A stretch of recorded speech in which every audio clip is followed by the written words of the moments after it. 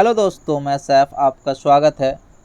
आज हम article 1 of the Indian constitution के बारे में पढ़ेंगे। Article 1 name and territory of the union. इसके अंतर्गत 3 क्लॉज आते हैं, तो पहले हम लोग क्लॉज 1 के बारे में पढ़ते हैं। Clause 1, India that is Bharat shall be a union of states. India जो कि भारत है, यूनियन ऑफ स्टेट्स होगा। कॉन्स्टिट्यूएंट असेंबली में इंडिया के नाम को रखने को लेकर डिबेट हो रहा था। लोगों में मतभेद था कि इंडिया का नाम क्या रखा जाए। कुछ लोग इंडिया रखने के पक्ष में थे क्योंकि यह एक मॉडर्न नाम है, जबकि कुछ लोग इसका नाम भारत रखना चाह रहे थे क्योंकि यह एक ट्रेडिशन नाम है। तो इस मतभेद के लिए कॉन्स्टिट्यूएंट असेंबली ने दोनों पक्ष के मांग और बात को रखा और इंडिया दैट इज़ भारत रखने का निर्णय लिया। इंडिया जो कि एक यूनियन ऑफ स्टेट्स है। तो दोस्तों, हम जानते हैं कि यूनियन ऑफ स्टेट्स क्या है। यूनियन ऑफ स्टेट, ये स्टेट को यूनाइट करके बनाया गया है, स्टेट से मिलकर बना हुआ है, इसलिए इसे यूनियन ऑफ स्टेट कहा जाता है। जबकि फेडरेशन किसे कहा जाता है? तो हम जानते हैं कि फेडरेशन किसे कहा जाता है। फेडरेशन स्टेट के एग्रीमेंट से बनाए जाते हैं। ऐसे स्टेट जो कि एग्रीमेंट से बना हुआ है, ऐसे स्टेट को फेडरेशन कहा जाता है। जैसे कि यूएसए की constitution, United states of America एक एग्रीमेंट किया था जिससे वो सारे वीक स्टेट से मिलकर बना हुआ एक स्ट्रॉन्ग स्टेट हो। यानी वो एक सारे वीक स्टेट से मिलकर एक बना हुआ, एक ऐसा गठित हुआ स्ट्रॉन्ग स्टेट है। इसलिए क्योंकि एक एग्रीमेंट से बना है, तो यूएसए की कॉन्स्टिट्यूशन फेडरेशन है।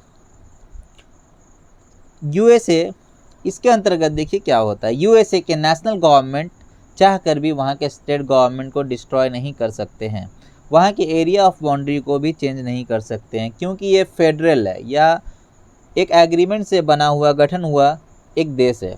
तो जिसके कारण वो अनडिस्ट्रक्टिबल है। यानी यूएसए के नेशनल गवर्नमेंट अगर चाहते भी हैं तो स्टेट गवर्नमेंट को डिस्ट्रॉय नहीं कर सकते, ना वहाँ के एरिया ऑफ बाउंड्री को चेंज कर सकते हैं। लेकिन हमारे इंडिया जो कि यूनियन ऑफ स्टेट है, हमारे इंडिया में स्टेट के पास ये पावर नहीं है कि अपने एरिया और ऑफ बाउंड्री में कोई चेंजेस करे। यानी ये सारी पावर नेशनल गवर्नमेंट के पास है और सेंट्रल गवर्नमेंट के पास ये सारी पावर है। वो जब चाहे वो एरिया ऑफ बाउंड्री में चेंज कर सकते हैं।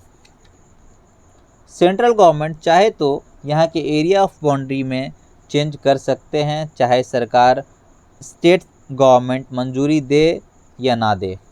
इसलिए इंडिया को यूनियन ऑफ स्टेट कहा गया है। Clause 2, the state and the territories thereof shall be as specified in the first schedule। India में अभी कुल 12 शेड्यूल है। इसमें यह कहा गया है कि फर्स्ट शेड्यूल के अंदर मेंशन जितने भी स्टेट या टेरिटरीज हैं वो इंडिया कहलाएगा। Clause 3, the territory of India shall comprise. India में कौन कौन से टेरिटरी शामिल होंगे? A, territories of the state. Territories of the state India के हिस्से होंगे, इंडिया में शामिल होंगे। बी, यूनियन टेरिटरीज जो कि फर्स्ट शेड्यूल में मेंशन हुआ है। And C, territories that may be acquired by the government of India at any time. ऐसा एरिया जो गवर्नमेंट के द्वारा यानी सेंट्रल गवर्नमेंट के द्वारा प्राप्त किया जाता है किसी भी समय में। जैसे कि पुडुचेरी को हमने फ्रेंच से प्राप्त किया था, तो वो अब भारत का हिस्सा है।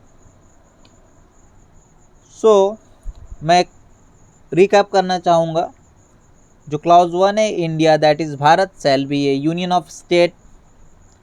क्लॉज 2 जो ये बताता है कि the state and the territories thereof shall be as specified in the first schedule. And clause 3, the territories of India shall comprise. उसके अंतर 3 आता है, territories of the state, union territories and third territories that may be acquired by the government of India at any time. Thank you दोस्तों। अगर आपको हमारा video अच्छा लगा तो लाइक, सब्सक्राइब और शेयर ज़रूर करें। Thank you.